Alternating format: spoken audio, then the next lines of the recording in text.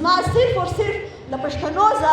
دا خواست دی چې په اتفاق سئ په اتفاق سئ په اتفاق سئ که په اتفاق نه سواستئ دا خو څو شهیدان دي دغسې نور شهیدان به هم موږ بیا ورکوو زه بله ورځ د یوه شهید کور له ورغلم تاسې یقین نسئ کولی چې د هغه مور د هغه خور د هغه کور والا او د هغو د کشرانو څه حال ولري زموږ د پښتنو بې اتفاقي ده که زموږ په پښتنو کې اتفاق راغلی څوک موږ ته په بده سترګه کتلی یا نیسي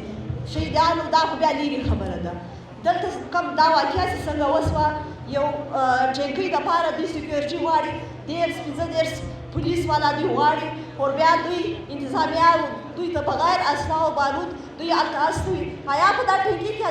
اخر کې ول څه شي ستی دا دونه پولیس کار هلته وغوښتل د ډیوټي لپاره د سیکیورټي لپاره او بیا تاسو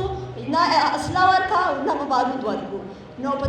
دې کې زه بله ورځ د یوه شهید کور له ورغلم تاسې یقین نسئ کولی چې د هغه مور د هغه خور د هغه کور والا او د هغو د کشرانو څه حال ولري تاسو یقین نسئ کولی مور یې درسره ونیوله هغه وویل هغې ویلې چې زما زوی ما ته په ژوند ویلو چې زه به شهید کېږم او ته به له مخکې شهید کېږم بیا به یې ویلې چې دا کافرانو به زما زوی څنګه رمړه کولې نو موږ سره بل یو جواب نه و موږ لاجواب وو موږ خالي دا ورته ویلی شو چې موره ته خو تا ته ویلي چې په ژوند کې نه ویلي چې زه شهادت مرګ غواړم نو دی هغه د شهادت په لار ولاړې نو زما صرف او صرف له پښتنو زه دا خواست دی چې په اتفاق سئ په اتفاق سئ په اتفاق سئ که په اتفاق نه سواستئ دا خو څو شهیدان دي دغسې نور شهیدان به هم موږ بیا ورکوو او دغه کوم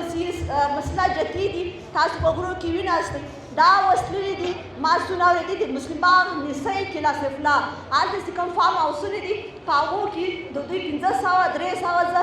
آس پاس د دوی دا جتونه هلته دي د دوی لیډرشپ هلته کېږي نو ما له پښتنو څخه دا خواست دي په یو